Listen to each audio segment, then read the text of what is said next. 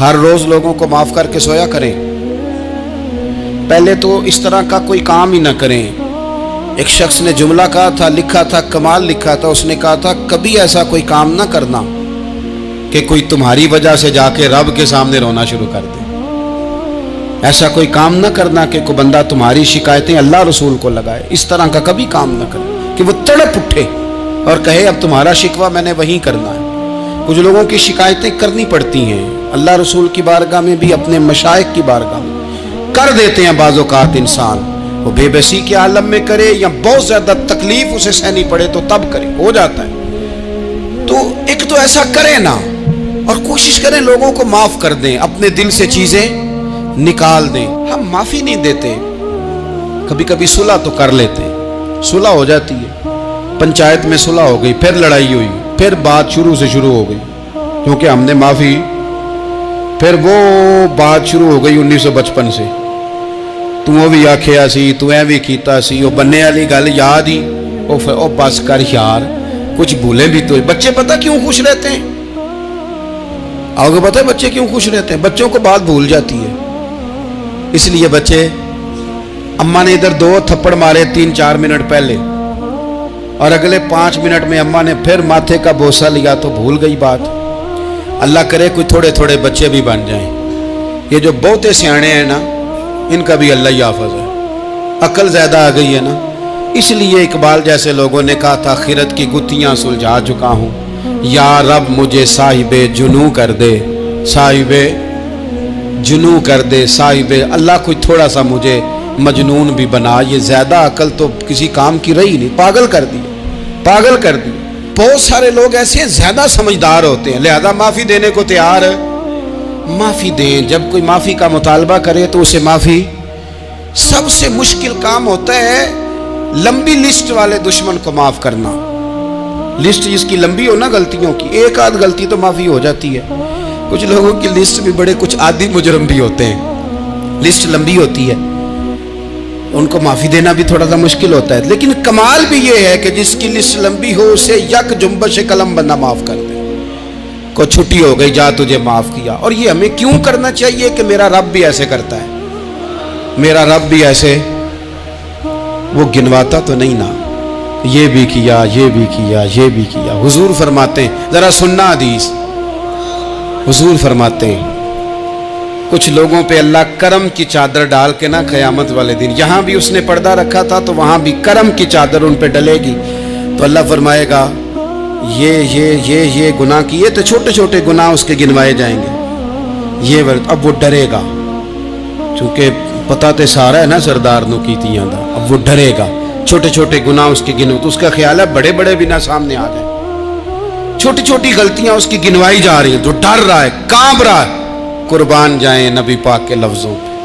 کچھ گلاں اجیاں نے قرآن پاک اجیاں نے، یہ نا میری دادی کہا کرتی تھی، میری اماں کہا کرتی تھی، اے کچھ کام اجائے نے، کچھ گلاں اجیاں نے کہ اتنے دل کردہ ہے صفحہ بند ہو جانا ہے تو معافی ہو جانی، یعنی ختم ہے یہ بات، اس سے آگے کسی نے سوال پوچھنا ہی نہیں. چھوٹے چھوٹے گناہوں کا اللہ تذکرہ فرمائیں، یہ کیا یہ کیا یہ کیا، یا اللہ ہو گیا. اب بندہ ڈر رہا ہے کہ بڑے بڑے بھی سامنے آ جائیں گے، لیکن چھوٹے گناہوں پہ ہی فل سٹاپ لگا کے نا تو رب فرمائے گا یہ جو تیرے گناہ ہیں نا اس کے بدلے تجھے نیکیاں دی جا رہی ہیں. تو نے سچی توبہ کی تھی تو ان گناہوں کو بدل کے نیکیاں بنایا جا رہی ہیں. پہلے ڈر رہا تھا، حضور فرماتے ہیں، اب فٹافٹ بول پڑا، کہنے لگا یا اللہ میں نے تو بڑے بڑے بھی کیے ہیں.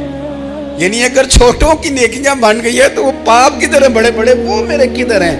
کریم یہ بات کر رہے ہیں اور صحابہ رو رہے ہیں، میں نے تو بڑے بڑے بھی کیے ہیں، بڑے بڑے کدھر ہیں.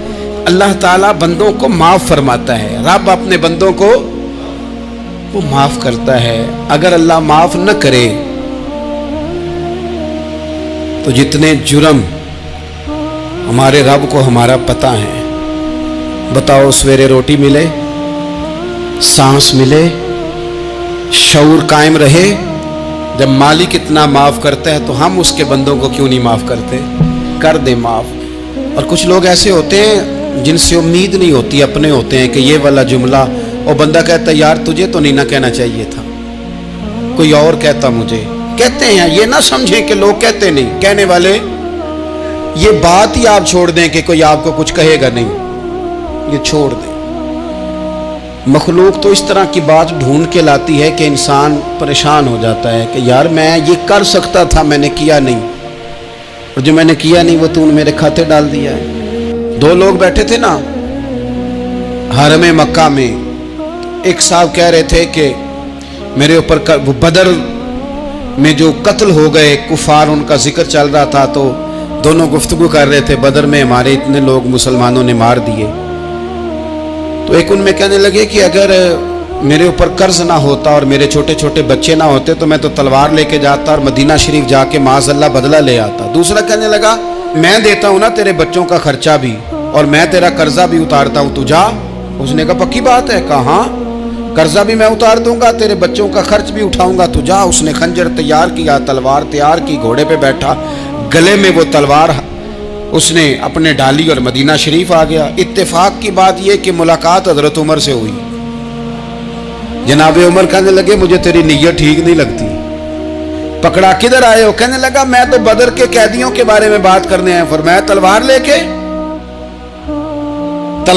کے چل تجھے حضور کے پاس لے کے جاتا ہوں۔ نبی کریم کی بارگاہ میں لے گئے تو حضور فرمانے لگے کیسے آئے ہو؟ کیسے آنا ہوا؟ کہنے لگے جی میں تو بدر کے جو قیدی آپ کے پاس ہیں ان کی بات کرنے آیا تھا۔ تو حضور فرمانے لگے چل پھر باقی کی میں سناؤں۔ خیال آیا مسلمان نیک و بد پہچان جاتے ہیں، محمد آدمی کے دل کی باتیں جان جاتے ہیں صلی اللہ تعالی علیہ وسلم۔ فرمایا میں سناؤں؟ حضور کیا؟ فرمایا تم اور فلاں بن فلاں وہاں بیٹھے ہوئے تھے نا حرم مکہ میں فلاں پہاڑ کے ساتھ ٹیک لگا کے، اور تم نے یہ کہا تھا نا کہ قرضہ نہ ہوتا، بچے چھوٹے نہ ہوتے تو بدر کے مقتولین کا میں بدلہ لیتا۔ یہ سارا کچھ طے کر کے پھر آئے ہو تلوار لے کے، اور یہاں کہتے ہو میں قیدیوں کے بارے میں بات کرنے آیا تھا۔ اس کے تو پسینے چھوٹ گئے، وہ تو بے حال ہو گیا۔ اس نے کہا اس کا تو سوائے اس کے اور میرے کسی کو نہیں پتا، اور اگر آپ کو پتا چل گیا ہے تو پھر آپ اللہ کے سچے رسول ہیں۔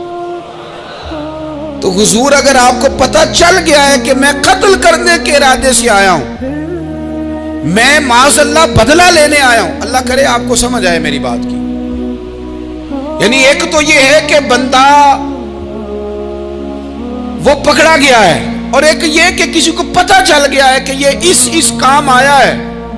پھر لوگ جب معافی دیتے ہیں تو بڑی کہانیاں سنا کے دیتے ہیں، ایسے نہیں دیتے۔ حضور اب آپ کو پتا چل گیا ہے تو کیا کریں گے؟ تو حضور فرمانے لگے تو بتانا تیرے ساتھ کیا کریں۔ اس نے کہا کہ میں نے سنا ہے آپ معاف بڑا کر دیتے ہیں۔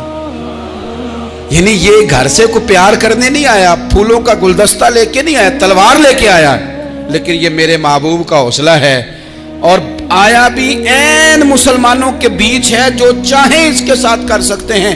اس نے کہا معاف کر دے، تو حضور نے فرمایا جا میں نے معاف کیا۔ حضور نے معاف کیا۔ وہ کہتا ہے حضور معاف کر رہے تھے اور رب میرے دل میں ایمان کو تازگی عطا فرما رہا تھا۔ حضور نے معاف کیا اور میں نے کلمہ پڑھنا شروع کر دیا۔ ایسے لوگ سامنے کھڑے ہو گئے فتح مکہ کے دن کہ جن کے چہروں سے ان کی زیادتیاں عیاں ہو رہی تھیں، ان کے ظلم چھلک رہے تھے چہروں سے۔ حضور کے سامنے کھڑے ہیں، کانٹے بچھانے والے بھی، روڑے مارنے والے بھی، گلے میں رسیاں ڈال سارے کھڑے ہیں۔ حضور نے فرمایا بتاؤ تمہارے ساتھ کیا سلوک کروں؟ انہوں نے کہا آپ کریم ہیں۔ تو حضور نے پتہ کیا کہا؟ قرآن پاک میں ایک سورہ یوسف ہے، کچھ لوگوں کو لفظ یہ قصہ بھی بڑا برا لگتا ہے، تو اللہ فرماتے ہیں نحن نقص علیک احسن القصص، محبوب ہم آپ کو ایک سونا قصہ سنانے لگے۔ اس کو اللہ نے قصہ کہا، سونا قصہ، سورہ یوسف کو۔ تو سورہ یوسف کیا ہے بھلا؟ ذرا انداز دیکھیے سورہ یوسف کا۔ پہلے حضرت یوسف لاڈلے ہیں باپ کے، لاڈلے، پھر اسی جناب یوسف کے منہ پہ تماچے ہیں، پھر وہی جناب یوسف کنویں میں ہیں، پھر کنویں سے بچ گئے۔ کنویں میں گرا بھی بندہ کبھی بچتا ہے، بچ گئے، اللہ کی شان ہو تو بچ جاتا ہے، بچ گئے۔ فرماتے ہیں میں نے سمجھا بچ گیا ہوں، جب بچ گیا تو بڑی تکلیف ہوئی۔ بھائیوں نے کہا ہمارا غلام ہے، ہم نے بیچنا ہے۔ سگے بھائیوں نے بیچا، جو باپ کی طرف سے سگے تھے بیچا، فرماتے ہیں میں بکا، اب بڑا پریشان تھا کہ یار کبھی آپ غور کریں نا کسی کا ریٹ لگ جائے. فرماتے ہیں اب بڑا پریشان تھا، اور جب میں مصر میں گیا تو میں کونے میں کھڑا ہوں اور لوگ مجھے خرید رہے ہیں. محبت میں یہ قصہ سنانا تو آسان ہے کہ بی بی اٹی لے کے آ گئی تھی، پر جو بیکرا ہے اس کا بھی تو حال دیکھو نا کیا ہے، اس کا ریٹ لگ رہا ہے. یہ بھی تو بڑی. اور جناب یوسف کہتے ہیں پھر عزیز مصر نے خرید لیا تو بادشاہ کے گھر گیا تو کچھ سکھ کا سانس آیا. یہ حضرت یوسف ہیں، یہ لاڈلے ہیں. فرماتے ہیں سکھ کا سانس لیا ہی تھا کہ جناب زلیخا نے الزام لگایا، اور وہ غلطی معاذ اللہ جس کا تصور بھی نہیں، اس کی پاداش میں سالوں جیل کاٹا. لیکن خدا کی حکمت ہے نا، اللہ کا کرم ہے نا، جس ملک کے وہ قیدی تھے رب نے اسی ملک کا حکمران بھی بنا دیا. یہ اللہ کی حکمت ہے نا، تقاضے ہیں نا. صبح کے تخت نشین شام کے مجرم ٹھہرے، ہم نے پل بھر میں نصیبوں کو بدلتے دیکھا. وہ جو چاہے جب چاہے کر دے. تو جب وہی بھائی مجبور ہو کر سوالی بن کر سامنے آئے ہیں، پتہ کیا ہوتا ہے، بندہ معاف کر دیتا ہے. بہت سارے لوگ معاف کرتے ہیں پر کہانیاں سنا کے، پتہ جے نا ادو کی آکھیا سا جے، پتہ جے نا ادو کی کیتا سا جے، پھر پتہ جے نا تسی اے بھی آندے سو. یہ ساری کہانیاں سنا کے. لیکن حضرت یوسف کے سامنے کھڑے ہو گئے. جناب یوسف نے بات چھیڑی کوئی نہیں، فرمایا تم سے بات ہی کوئی کرنی، جاؤ تمہیں سارا کچھ معاف کیا. اب جب یہ لوگ مکے والے حضور کے سامنے کھڑے، اس طرح معافی دینی چاہیے. یہ جب سامنے کھڑے ہوئے تو حضور نے فرمایا پتہ ہے تمہارے ساتھ کیا سلوک کرنے والا ہوں؟ کہا حضور نہیں. فرمایا وہی جو جناب یوسف نے بھائیوں کے ساتھ کیا تھا. پچھلا صفحہ پلٹنا ہی کوئی نہیں، جاؤ تمہیں معاف کیا، جاؤ تمہیں معاف کیا، جاؤ تمہیں معاف کیا. اور صرف معاف نہیں کیا، ساتھ عزت بھی دی. سب سے زیادہ مقابلے تو حضرت ابو سفیان نے کیے تھے نا، آخر تک وہ آئے تھے. آج وہ کلمہ پڑھ رہے ہیں، سردار ہیں، کلمہ پڑھ رہے ہیں. تو نبی پاک نے صرف معافی نہیں دی، عزت بھی دی. فرمایا جناب ابو سفیان چونکہ اب مسلمان ہو گئے ہیں، میں سب کو معاف کرتا ہوں. جو اپنا اندر سے دروازہ بند کر لے اسے بھی معاف کرتا ہوں، اور جو ابو سفیان کی حویلی میں آ جائے اسے بھی معاف کر دوں گا. تو ابو سفیان وہ کہتے میں حیران ہی ہو گیا کہ اتنی بڑی بات، معافی بھی دی اور ساتھ عزت بھی دی. تو آج جو سبق آپ کی خدمت میں میں نے عرض کیا ہے، اس کو آپ امید ہے یاد رکھیں گے. ایک تو یہ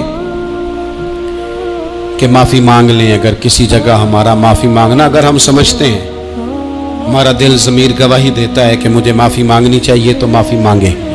اور دوسرا پھر معافی دیں بھی، اور معافی دیں، سیاسی صلح نہ کریں. معافی دیں تو پھر واقعی دیں، دل سے دیں. اور آخری بات یہ کہ جس طرح ہم نے لوگوں سے معافی لینی ہے اور معافی دینی ہے، اسی طرح جہاں ہم سے شرعی قباحتیں ہوئی ہیں، اخلاقی کمزوریاں ہوئی ہیں، ایک بات تو اچھی طرح سمجھ لیں کہ نفل پڑھنے سے حقوق العباد نہیں معاف ہوتے، وہ بندے سے معافی مانگنے سے ہی ہوتے. ساری رات کو بندہ تسبیح پڑھے اور کہے کہ میں نے اماں کی نافرمانی کیا تو معافی ہو جائے گی، نہیں، وہ اماں ہی معاف کرے گی تو معافی ہوگی، وہ ابا ہی معاف کرے گا تو پھر ہی معافی ہوگی. میں پرسنلی بعض چیزوں کو نوٹ کرتا ہوں اور مجھے ان کا بڑا خیال رہتا ہے. میں محسوس کرتا ہوں کہ نہ چاہتے ہوئے بھی ہمارے رویے سے بعض لوگوں کو تکلیف ہوتی ہے، نہ چاہتے ہوئے. تو حقوق العباد کے مسئلے میں ہم زیادہ کمزور ہو جاتے ہیں. آج یہ سوچنا ہے کہ وہ جو میری ذمہ داریاں ہیں، جو شریعت نے، دین نے، اسلام نے، اور کچھ میں نے خود کہیں شاگرد بن کر، کہیں ارادت مند بن کر، کسی جماعت کا ممبر بن کر، کسی مسجد کی ذمہ داری لے کر، کسی ویلفیئر کام کی ذمہ داری لے کر، کسی غریب کی ذمہ داری لے کر، کسی مزدور کی ذمہ داری لے کر، جو میں نے اپنے اوپر خود چیزیں ضروری قرار دے لی ہیں، میں ان میں کہاں تک کامیاب ہو سکا ہوں. اپنی ذمہ داریوں کا حضرت معاویہ بن خدیج رضی اللہ تعالیٰ عنہ ایک صحابی ہیں، وہ فرماتے ہیں کہ مجھے حضرت عمر نے کہیں بھیجا تھا جہاد کے لیے، تو میں وہ کامیابی کی خبر لے کر دوپہر کو لوٹا. تو عرب شریف کے اندر چونکہ گرمی زیادہ ہوتی ہے، میں نے مناسب نہیں سمجھا کہ میں حضرت عمر کو دوپہر کو جگا کے خبر دوں کہ حضور بے فکر ہو جائیں، اللہ نے کامیابی دے دی. میں نے شام ہونے کا انتظار کیا. یہ ان کے اچھے اخلاق کی علامت.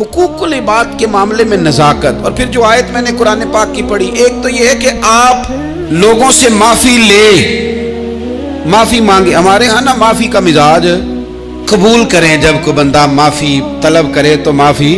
ہمارے ہاں معافی مانگنے کا رواج میں آپ یقین کریں سرے سے ہے ہی نہیں، بلکہ الٹا لوگ چڑھائی کر جاتے ہیں، کہتے ہیں اوہو تم نے معافی مانگ لی ہے تو معاملہ ہی ختم ہو گیا. اور جو آدمی، میں بڑے زمانے سے کہہ رہا ہوں کہ میرے ملک میں ایک رواج بنتا جا رہا ہے، جس کی زبان جتنی زیادہ سخت ہوتی ہے اس کا عروج اتنا زیادہ ہوتا ہے. جو تھوڑا سا شرافت کا مظاہرہ کرے لوگ اسے بزدل سمجھ لیتے ہیں. عزیز بھائیوں، اپنی زندگی میں معافی مانگنے کا مزاج بنائیں. آپ طلب کریں کہ یار مجھ سے غلطی ہو گئی، میں انسان ہوں. آپ یقین کریں ڈھیر سارے لوگ ہیں جن کے ذمہ ڈھیروں معافیاں ہیں، لیکن ان کا مزاج نہیں، ان کی طبیعت نہیں، ان کا تکبر آڑے آ گیا ہے. اور میرے نبی پاک صلی اللہ تعالی علیہ وآلہ وسلم نے فرمایا تھا یہی بدلہ دے دو کسی کا دینا ہے تو، یہی معافی لے لو یہی. ورنہ فرمایا یاد رکھنا قیامت کے دن تو اس طرح ہوگا کہ اگر سینگ والی بکری نے بغیر سینگ والی بکری کو مارا ہوگا اسے بھی قیامت میں بدلہ دینا پڑے گا. یہی معافی تلافی لے لو یہی. تو ہمارے ہاں مزاج نہیں. مزاج بنائیں نا آپ، معافی کا مزاج بنائیں. رسمی ویسے معافیاں مانگتے ہیں، آج پہ جا رہا ہوں بھئی اگر کوئی ہو گئی تو معاف کر دینا، یہ تو رسم ہے، تو بڑی دنیا ادا کرتی. آپ کو پتہ ہے کہاں آپ کو معافی لینی ہے. تو جہاں جہاں اس طرح کے معاملات ہیں وہاں آپ کلیئر کریں. صحیح بخاری میں حدیث ہے حضرت ابو ذر غفاری سے، جب کسی نے کہا کہ آپ نے اسی طرح کے کپڑے خود پہنے ہیں جس طرح کے آپ کے غلام نے پہنے، یہ کیا معاملہ ہے؟ تو فرمانے لگے، اعلانیہ خود بتانے لگے، فرمانے لگے مجھ سے ایک دفعہ غلطی ہو گئی تھی، میں نے ایک غلام کو جھڑک دیا تھا تو نبی پاک نے مجھے تنبیہ فرمائی، تو میں نے اس غلام سے معافی بھی مانگی، اور اس دن سے لے کر آج تک میں جس طرح کا خود لباس پہنتا ہوں اسی طرح کا اپنے غلام کو پہناتا ہوں. تو وہ خود بیان کر رہے ہیں، وہ لوگ اظہار کر رہے ہیں کہ ہم نے یہاں نبی پاک علیہ الصلوۃ والسلام کے تنبیہ کرنے پر ہم نے اپنے غلام سے، خادم سے یا کسی غلام سے معافی مانگی. تو معافی مانگنے سے بندے کا قد کبھی چھوٹا ہوتا ہے؟ میرے نبی پاک علیہ السلام نے فرمایا جو معافی مانگ لے اللہ تو اس کی عزت میں اضافہ کر دیا کرتا ہے. تو اس لیے ایک تو جہاں یہ معاملہ ہے وہاں، اور دوسری جو آیت میں نے تلاوت کی اس میں اللہ کہتا ہے کہ غصہ پی بھی جاؤ، معافی مانگو بھی اور معاف کر بھی دو. والکاظمین الغیظ والعافین عن الناس، فرمایا وہ لوگ جو غصہ پی جاتے ہیں اور لوگوں سے درگزر کرتے ہیں، لوگوں سے درگزر کرتے ہیں. واللہ یحب المحسنین، اللہ ان احسان کرنے والوں سے محبت فرماتا ہے، ان سے اللہ